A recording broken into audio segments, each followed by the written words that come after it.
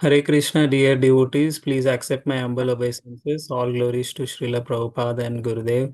Om Namo Bhagavate Vasudevaya. Om Namo Bhagavate Vasudevaya. Om Namo Bhagavate Vasudevaya. Narayanam Namaskritya Naranchaiva Narottamam. Devim Saraswatim Vyasam Tato Jayam Mudirayet. Nashtaprayeshu Abhadreshu Nityam Bhagavata Sevaya. Bhagavate Uttama Sloke Bhaktir Bhavati Naistiki. Today we are reading 8th Canto, Chapter 20. Bali Maharaj surrenders the universe from text 12 to text 22. Text 12. Although is Vishnu himself, out of fear, he has covered himself in the form of a Brahmana to come to me begging. Under the circumstances, because he has assumed the form of Brahmana, even if he irreligiously arrests me or even kills me, I shall not retaliate, although he is my enemy. Text 13. If this Brahmana really is Lord Vishnu, who is worshipped by Vedic hymns, he would never give up his widespread reputation. Either he would lie down, having been killed by me, or he would kill me in a fight. Text 14. Sri Sukadev Goswami continued, therefore, the spiritual master Shukracharya, being inspired by the Supreme Lord, cursed his exalted disciple Bali Maharaja, who was so magnanimous and fixed in truthfulness that instead of respecting his spiritual master's instructions, he wanted to disobey his order. Text 15. Although you have no knowledge, you have become a so called learned person, and therefore you dare be so impudent as to disobey my order. Because of disobeying me, you shall very soon be bereft of all your opulence. Text 16. Sri Sukadev Goswami continued. Even after being cursed in this way by his own spiritual master, Bali Maharaja, being a great personality, never deviated from his determination. Therefore, according to custom, he first offered water to Vamana Deva and then offered him the gift of land he had promised. Text 17. Bali Maharaja's wife, known as Vindhyavali, who was decorated with a necklace of pearls, immediately came and had a large golden water pot brought there, full of water with which to worship the Lord by washing his feet. Text 18. Bali Maharaja, the worshipper of Lord Vamanadeva, jubilantly washed the Lord's lotus feet and then took the water on his head, for that water delivers the entire universe. Text 19. At that time, the residents of the higher planetary system, namely the demigods, the Gandharvas, the Vidyadharas, the Siddhas, and the Charanas, all being very pleased by Bali Maharaja's simple, non duplicitous act, praised his qualities and showered upon him millions of flowers.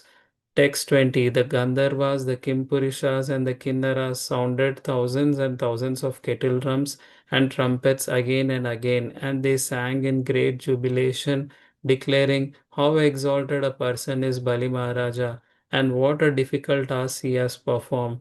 Even though he knew that Lord Vishnu was on the side of his enemies, he nonetheless gave the Lord the entire three worlds in charity. Text 21. The unlimited Supreme Personality of Godhead, who has assumed the form of Vamana, then began increasing in size, acting in terms of the material energy until everything in the universe was within his body, including the earth, the planetary systems, the sky, the directions, the various holes in the universe, the seas, the oceans, the birds, beasts, human beings, the demigods, and the great saintly persons. Text 22. Bali Maharaja, along with all the priests, acharyas, and members of the assembly, observed the Supreme Personality of Godhead's universal body, which was full of six opulences. That body contained everything within the universe, including all the gross material elements, the senses, the sense objects, the mind, intelligence, and false ego, the various kinds of living entities, and the actions and reactions of the three modes of material nature. Thank you, Mataji. Hare Krishna. Thank you so much, Pradeep Prabhuji. Hare Krishna, Rasa Chandrika Mataji. Please accept our humble obeisances. All goes to Srila Prabhupada and Guru Maharaj. Please take over the call, Mataji. Hare Krishna. Hare Krishna, Dalvat Pranam. Thank you, all the devotees, for assembling here early in the morning so that we could read Srimad Bhagavatam. And thank you, Prabhuji, for giving me this opportunity so that I read Srimad Bhagavatam and purify my tongue. It's for my personal benefit. Thank you. We'll start with short prayers. ॐ अज्ञानं तिमिरन्धस्य ज्ञानञ्जनशलाकया चक्षुरुन्मिलितं येन तस्मै श्रीगुरुवे नमः। नमो विष्णुपादाय कृष्णपृष्ठाय भूतले श्रीमते भक्तिवेदान्त स्वामिनिति नामिने। नमस्ते सरस्वती देवे गौरवाणी प्रचारिणे निर्विशेषशून्यवादी पाश्चात्याधीशतारिणे। जय श्री कृष्ण चैतन्य प्रभु नित्यानंद श्री अद्वैत गदाधार शिवास आदि गौर भक्त वृंदा। हरे कृष्णा कृष्ण कृष्णा हरे हरे, हरे Ram Ram Ram Hare Hare.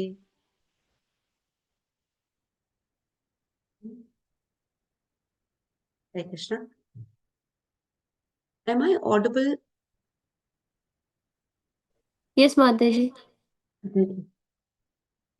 So we are doing Canto number 8, chapter number 20, and today we'll be doing verse 12 onwards 22.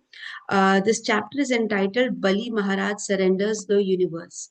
So far, to just give a little bit of brief recap, what has happened is a small dwarf, which is Vamanadev, has approached Bali Maharaj and has asked for dan. um, and here Bali Maharaj is agreeing to give him whatever he asks, and he's asked for 3 step of land.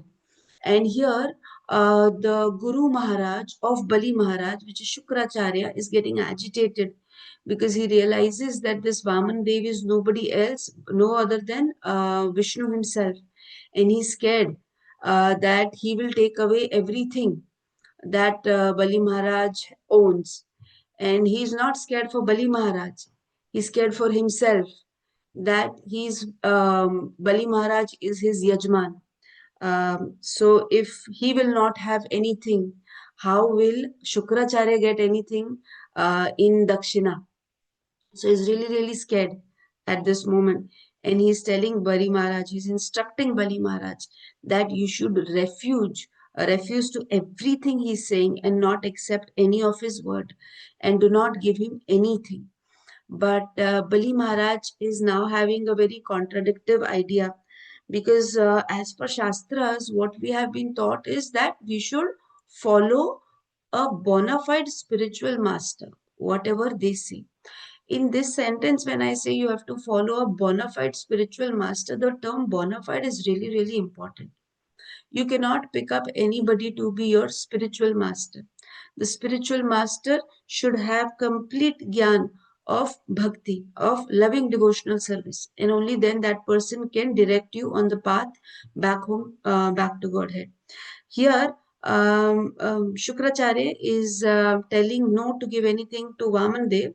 Bali Maharaj is not confused, but very much sure that as a Kshatriya, it is a duty of a Kshatriya to never break any kind of promises, especially that are made to a Brahmana.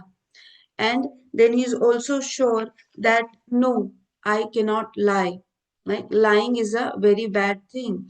And when he will be going back on his words of not fulfilling his promise, he is basically lying. So, what is a dharma of a Kshatriya? A Kshatriya does not work so that he becomes famous, does not work so that everybody knows him and everybody says, good job, you're amazing. A Kshatriya will always work for the welfare of the kingdom. And that is how previously the kingdoms were run. Not for you, filling up your own treasury, but for taking care of the entire kingdom as whole. Unfortunately, this does not happen in Kali Yuga. hence we cannot relate. But this is how a actual Kshatriya is supposed to behave. He's working for the welfare of the society and not to earn fame. So here, because we are reading from in between, verse number 12, here, verse number 12, Bali Maharaj is at this moment contradicting the idea that Shukracharya has presented. So we are in midst of that. So we will go through it. Here he is saying that although he might be Vishnu himself, he as in Vamanadev who is sitting. It's like he might be Vishnu. This is what Bali Maharaj is saying to Shukracharya, and he might be covering himself as a Brahmana. But if he wants to even arrest me or kill me, becoming like a Brahmana and doing that, it is okay. I will never go against him. Why? Because Vishnu is Sarvaparam. We understand that when we do yajna, which Bali Maharaj has been doing quite recently in the previous chapters, whenever we do yajna, we first have Agni, right? And that Agni is pratik, is uh, it portrays that it is Vishnu's tongue itself, Vishnu's jibha, right? So, if everything is eventually going to Vishnu only, then why not just hand it over in first place only? So here he is saying, let him take everything, because if it belongs to him, he might as well have it. And then here he's saying that for fun, he's turned into a Vamana Rupa. So here Prabhupada is saying, let's see if Vishnu would have come as himself, like in Chaturbhuj Swarup that we might have recently seen in the Prahlad movie. So very clear in our brains right now. So if Vishnu might have come in his own Swarup of Chaturbhuja, and he would have asked Bali Maharaj, come on, give me all three steps, he would still have given, because it's Vishnu who's asking. So, but why did he come in Vamana Rup? Because when Krishna wants to enjoy certain leelas, he enjoys it with his own devotees. And Krishna already knows that Bali Maharaj is his devotee. Krishna is there in Bali Maharaj's heart also, right? So he does know that he is a very good devotee. So when he has to play a leela, rather than going to anybody else, he would go with his own devotee, and he would take form of Vamandev, because why not? He is Vishnu. Moving on to verse number 13. In this verse, he's saying that why, now he's trying to make Shukracharya understand that. So, why would he give up his beautiful form, such wide reputation? So, here, when it is said that he would lie down, having been killed by me, or he would kill me in a fight, what does this mean? Prabhupada is explaining that actually Vishnu is never ever defeated by anyone. Vishnu is somebody who cannot be ever killed by anyone. Vishnu can kill everyone in like a blink, but he cannot be killed by anyone. So he here what it's trying to portray is that Vishnu Krishna is actually Bhakta Vatsala. So he lies down deep in the cores of our heart, cleanses it, and then we offer him bhakti in reciprocation. That's when Krishna becomes Bhakta Vatsala. This is why in many places we read and hear that Krishna, he does not offer bhakti very easily. He's little strict in that matter. This is why we go to Radharani. It's a golden opportunity. Radhashtami is coming. We can go beg to Radharani for bhakti. But anyways, he does not give bhakti very easily. Why? Because he's Bhakta Vatsala. The moment he gives bhakti to his devotees, the devotees become controller of Krishna or Vishnu, right? So this is why he does not give it out very easily. But the moment he gives it out, right, he will be completely controlled by the devotees. The best example that we know on the top of our head is always Ambarish Maharaj.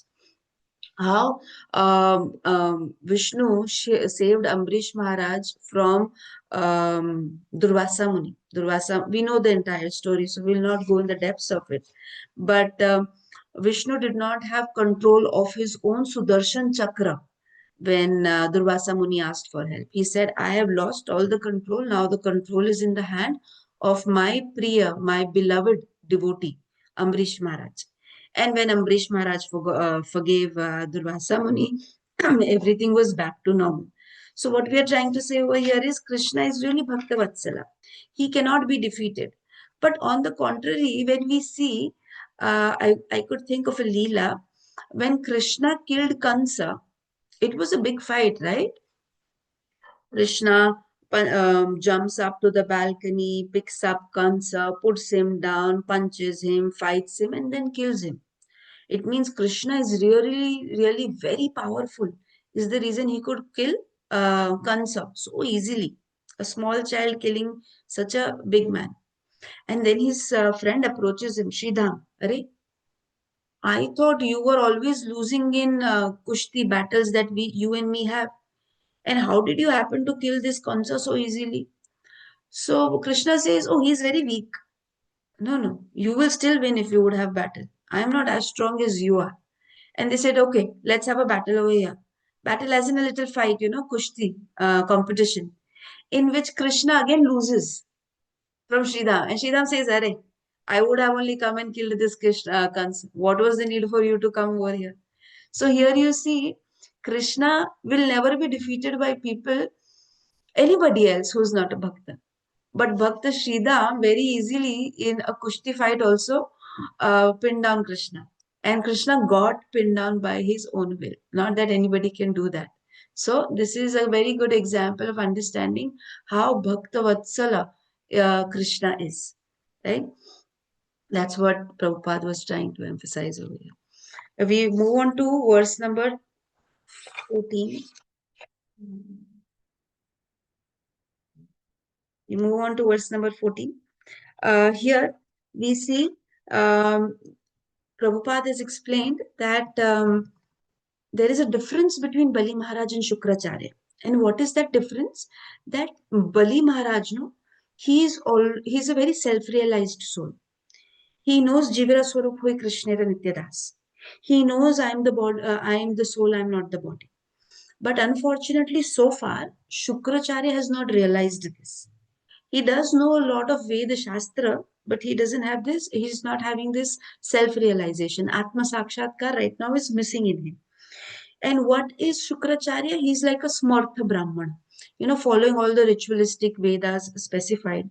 But we are in a very lucky group. We are very fortunate people. Why? Because for us, Srila Sanatana Goswami has compiled Hari Bhakti Vilas, where he is properly telling us how not to become a Smartha Brahmana, how not to follow Smartha Vidhis, like which are only ritualistic. Ritualistic things will not lead us anywhere. We will still be in the Brahmand, whether upper planetary system or lower, still in the Brahmand.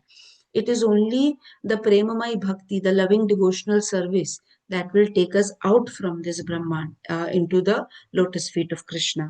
So this is what is compiled in Hari Bhakti Vilas, which is accessible for us very easily. Here also there is a term used in the verse which is Deva Prahita, which means being inspired by the Supreme Lord. So here, when Shukracharya is cursing Bali Maharaj, he is not doing it out of his own intelligence. He is doing because Krishna inspired him to say those words. Right? We know very well that our intelligence, our remembrance, our forgetfulness, we learn in Bhagavad Gita 15.15, that comes from Krishna only. Everything we do, the ideas we get, and then after getting a good idea, we think how intelligent I am. But no, that also came from Krishna. Forgetfulness also comes from Krishna. So when I was thinking about this, I could remember about Karan, right? Cheatingly, he learned all the uh, ways of being a good Kshatriya, but he was also cursed that he will forget it. So he forgot because Krishna wanted him to forget when the time really comes. And remembrance, this also comes from Krishna. When great devotees in precarious situation surrenders to Krishna, remember about Krishna, that power of remembering also comes by Krishna only. And here it is said that unless surrender is not there, Krishna won't ever influence your intelligence also. So if you want your intelligence to go in the right direction, Surrenderance to Krishna's lotus feet is very essential key to it. Then we move on to next verse number 15. In 15, here now Shukracharya is very, very, very upset. And he's saying that you are going to disobey me. And because you are going to disobey what I have told you, I am your Guru Maharaj. You are going to be bereft of all the opulences. These kind of curses we see all throughout Bhagavatam. One curse we see in sixth canto, where Daksha Prajapati curses Narada Muni that go, you will never have your own home, a place to stay. But what is the need for Narada Muni to have his own home? He's Parivajakacharya Acharya. His job is to constantly keep going to different places and preach about Krishna. So he is not really affected by that curse. Here, when Bali Maharaj is being cursed by his own Guru Maharaj, which is quite serious, when your own Guru Maharaj is giving you a curse, it's pretty stressful. But the curse is that you will be bereft of all the opulences. I mean, when Krishna is there in front of you, what other opulence do you need? Right? We have seen Dhruv Maharaj. He got all the opulences that he desired, even more than what he desired actually. And he got Krishna Prem also. Jai. And then we see Sudama. He also got all the material opulences that was needed. Everything was there. We see a case, my Prabhu last night reminded me that Arjuna was given a choice that whether you choose Krishna or you choose Krishna's army. Arjun chose Krishna because what is the point of having so much army in front of Krishna? It's better to have Krishna. So it's better to have Krishna on your side than to have opulence on your side. And Krishna is the person, Bhagavan, who is the most opulent, most beautiful, most powerful in six opulences. So when he has so many opulences and he is next to you, why do you need to have your personal material like very small opulence? Anyways, does not really matter, does not make a difference in long run. So other person would have become very stressed. Oh my God, my Guru Maharaj is taking away my opulence. But because Bali Maharaj is such a sthir bhakta, he was not moved. He was like, no problem. Then we move on to verse number 16. Um, yeah. In 16 here it is said that even after being cursed, like as we spoke, that he was pretty still firm by his spiritual master Bali Maharaj, being a great personality, never deviated from his determination. And now what is he doing? He is offering water and of telling Vaman Dev that whatever you want to take, you can take. Here what is being said is that uh, you should always focus on Krishna, not on the problems. Like at this moment, Bali Maharaj also has a big problem in front of him. All the material opulences he had is going to go. On top of that, he is cursed by his own Guru Maharaj. Right? So this is quite a significant problem. It's not a small problem. But he was still focusing on Vamandev, how to serve Vishnu really nicely. So this is what our attitude should also be. We should also follow the great people who are portraying a good example for us through Srimad Bhagavatam. Always focus on Krishna, not on the problems. Here, the example of Prahlad Maharaj would be really apt and also very fresh in all of our minds right now. That how Prahlad Maharaj had so many problems. Like every day, there were different plans of how to kill him. This is a pretty big problem for people like us, like people planning how to kill you, right? But still, he was never deviated with that. He was always very sthira that if Krishna desires, I will be there. If he doesn't desire, I will not be there. I mean, what's the big deal? As easy it is to say, it is very difficult to do. Surrenderance does not come very easily for a bhakta like me, practicing bhakta like me. But the great example is Prahlad Maharaj. Then here, there was a situation we also see where Arjun was standing in the battlefield. We see in first chapter in Bhagavad Gita, where he is so upset. And one of his issues is that how can I go ahead and fight against my Guru Maharaj, Dronacharya? right? But there also Krishna stood firm and told him what to do, how to do. And Arjun took Krishna's advice and fought the battle, which was against also Dronacharya. So there Krishna told us how what to do. Here Bali Maharaj performed it and showed us how to do. When a Guru Maharaj is wrong, then how to do it. Right? So in difficult times, most important thing should be taken care of is focusing on Krishna. Then we move on to verse number 17. In 17 here, it is there is no purport to this here on that his wife, Bali Maharaj's wife, Vindhyavali also, like a very chaste women should do, supported her husband's decision and honored what he said and helped him to wash Vaman Dev's feet and accept it on her head. So here we see that Bali Maharaj's wife was really a chaste woman. Hmm. Then in verse number 18. In 18, we see that the lotus feet of Vaman they were washed and put on their head. Why? It is the same water, it is said, which delivers a person from the universe. Here I could also think about Ganga, Ganges, the river Ganges. So in further chapters, we'll see when Vaman Dev raises his leg up, the filming of the universe pierces a little bit, and from there the water flows down, and that water flows down to Krishna's feet, to his toes and to his feet, and comes down on earth. And hence, it is a very, very pious water. This is why we go to Ganga Devi, take snan over there, so that we can be delivered from this material world. Right?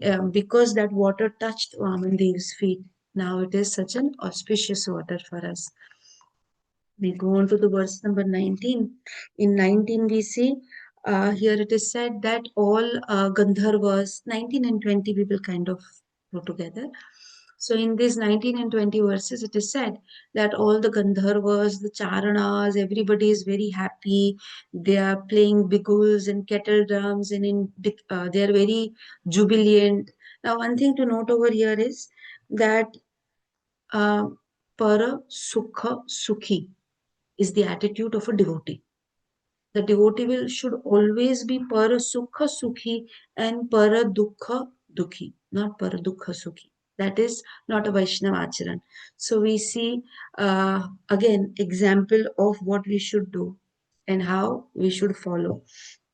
Lately, we were reading seventh canto, in which it was stated the qualities of Prahlad Maharaj, which is there's so many of them.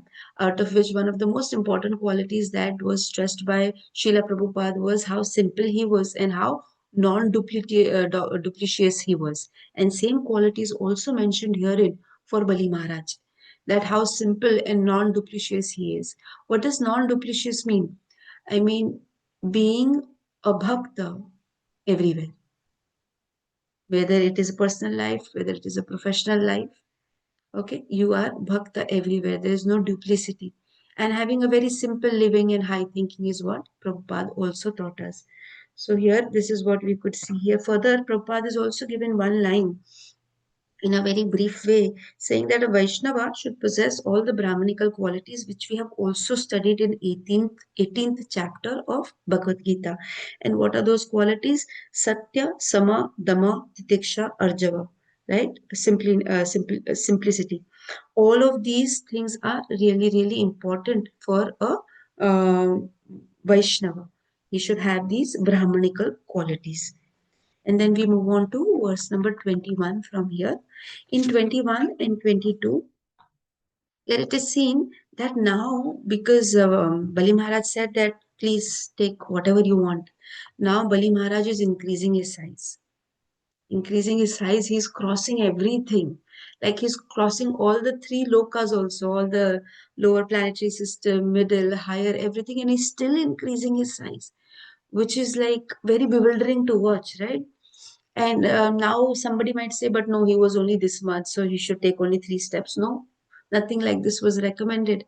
And now he's coming to his original size.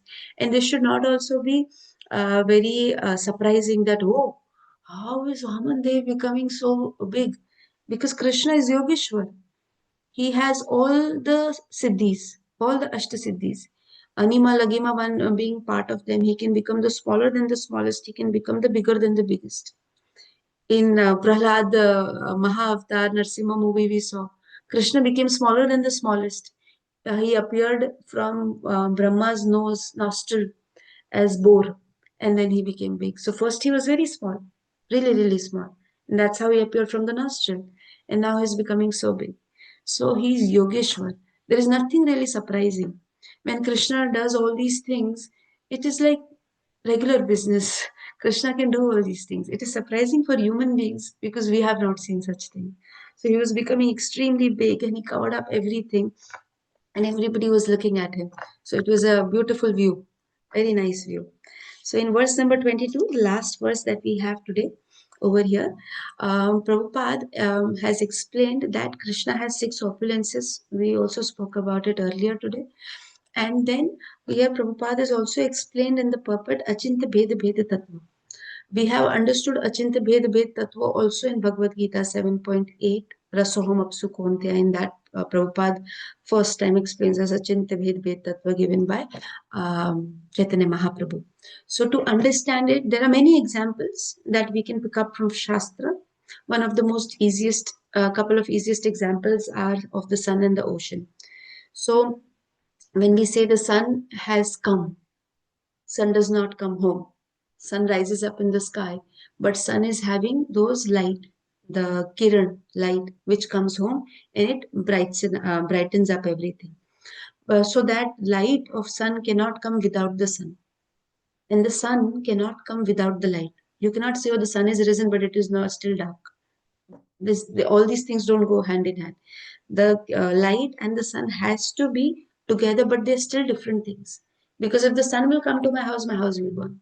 But if the sunlight will come to my house will light up. Right? So this is a very simple example to understand the Achinta Bheda Bheda Tattva. And here also another example that we can use to understand is ocean. We see ocean such huge, such vast. Can we sit and measure? No, we can't. If we do a scientific test on how much percentage of salt is there in ocean, say for we get onto a number of 50%. This is just a crude example. Say if there is 50% salt in the ocean. True. Then I remove a glass full of water from the ocean. And again, I perform that test that how much percentage of salt is there in this glass full of water. Again, your answer will be 50%.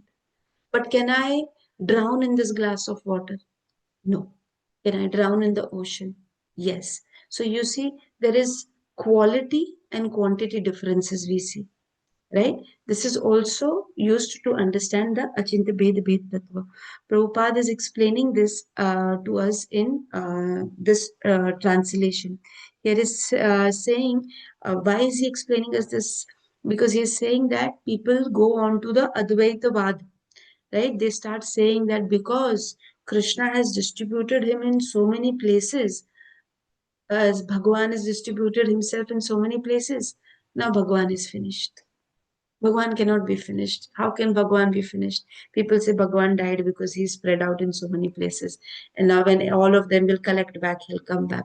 So Prabhupada is basically condemning all of this weird understanding, which is absolutely wrong as per Shastra, and that is Advaitavad.